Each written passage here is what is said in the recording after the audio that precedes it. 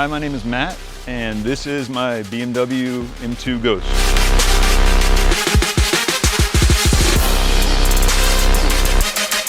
We're going to be corner balancing the car. I'm excited because I just found out my car doesn't weigh as little as I thought it did, so I have to get some weight off of there. I'm actually looking forward to being able to make it better because every time I do something in the car to improve it, it becomes my favorite car again.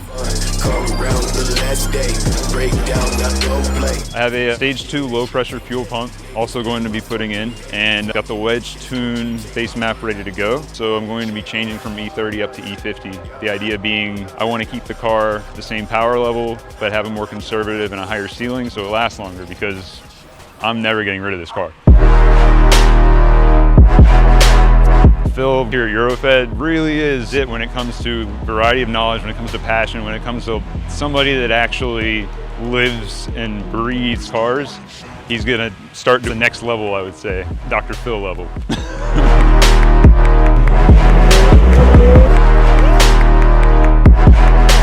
So with the exhaust, it's already very, very lightweight. It's thin-walled stainless steel.